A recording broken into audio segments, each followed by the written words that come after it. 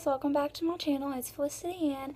I've been asked a bunch of questions about being homeschooled and the homeschooling system that I've used. I've been using James Madison High School for about 2 years. It's also connected to Ashworth College. I just thought I would let you, bring you guys a little bit more into my life and let you guys know how being homeschooled is and what homeschool I chose and how it's treated me since I've chose it, and just a little bit more about if you're interested in being homeschooled. Hopefully this video can help you out, or if you're choosing what to choose and which ones not to choose and what to look for in a homeschool. As I said, I've been being homeschooled for 2 years, so I have a little bit of experience of researching them. So I hope this video can help you out. Let's get started. Okay guys, the first thing I'm going to tell you is the homeschool I chose. I chose James Madison High School. I chose it for multiple reasons. I chose it because their customer service was on point. When I first spoke to them, I chose them because we were saving about $1,000 by going through them instead of continuing on with the school I previously went to, which we were being charged $1,000 a year for me to go to. And we ended up paying about $850 for 2 years for me to go to this one. And we paid in increments of $69 a month. Another thing that I really looked for is if I was going to be treated with respect, since I was underage, and a lot of, teachers in general don't treat you like an adult, but the way that I thought they were treating me at first, I felt like I was being treated as an adult, and I really appreciated it.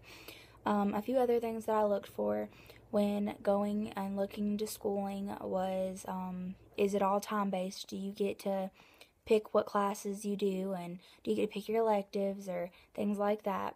So I'll go ahead and let you guys know. I went with, as I said before, James Madison High School. Their customer service, it sucks. Like, literally, they'll suck you in with, great customer service, and then they suck. It took them 6 months. My literal file with my transcripts in it that I had to send over from my original school, they sat on a desk for 6 months, and they would not let me do any schoolwork until they got reviewed. And I finally got a hold of somebody after 6 months, and they told me that my file had been sitting on a desk for 6 months, and that my original school that I was fussing at, thinking they hadn't sent it yet, sent it within a week of me discontinuing school there. We did it in the summertime. So I started, whenever you guys would start back in August, that's when we would start back around here. That's when I started back with homeschooling. So their customer service was not as good as I assumed and thought it was. Recently I've had a collision with them because I was really struggling in algebra, and they refused to help me, so I stopped doing it. And my dad kept paying it and everything, but I stopped doing it, and then I forgot to remind him a few times, so he forgot to pay it, and they backed up on, you need to check on late fees if you miss a payment. They try to charge us $30 every month if we didn't pay it, an extra $30, so you have to be really aware of that, and they won't take it off either. They'll just fuss at you that you need to pay it, and it's, you owe them their money, which is bullcrap.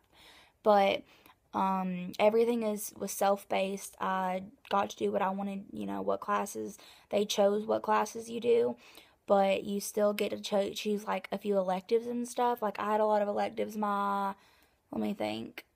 freshman year. I chose a lot of electives when I went to school freshman year, so my junior and senior year I only had 5 electives.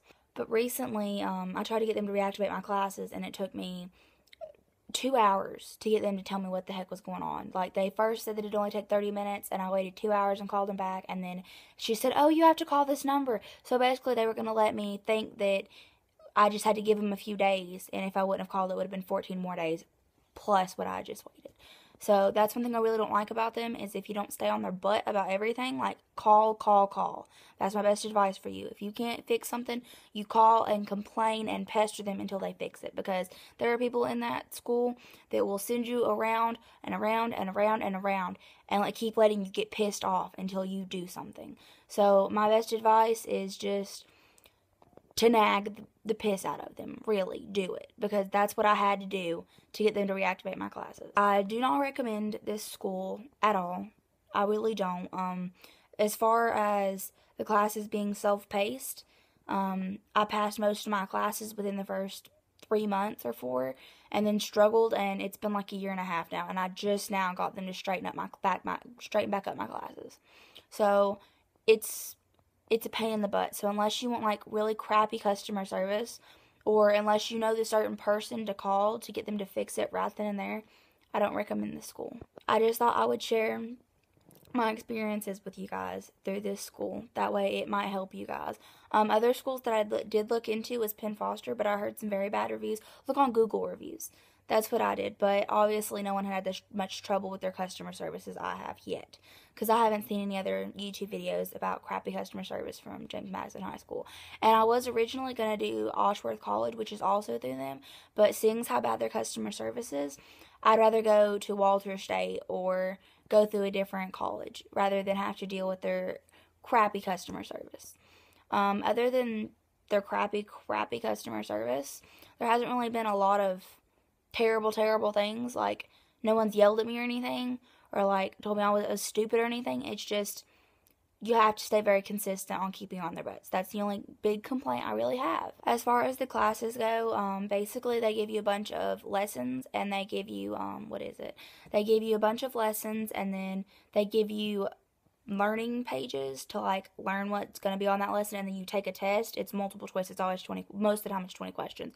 Sometimes you have to watch it though, because it'll bump up to like 100 or 50, and you have 24 hours to do it, and you get 2 chances. So if you turn it in the first time and fail it, you get another chance, but make sure that your second grade is higher than your first, because your second grade is what really counts. Another hint I have about it is go through what you've already done. Like, say I've turned in an assignment, I'm going to go and see what's graded. I take pictures of it so I can see what I've already done and what I've already gotten right, and eliminate the wrong answers that I chose the first time, and then I work on it the second time. But I also go review the lesson before I retake the course again and see what answers I really need to know.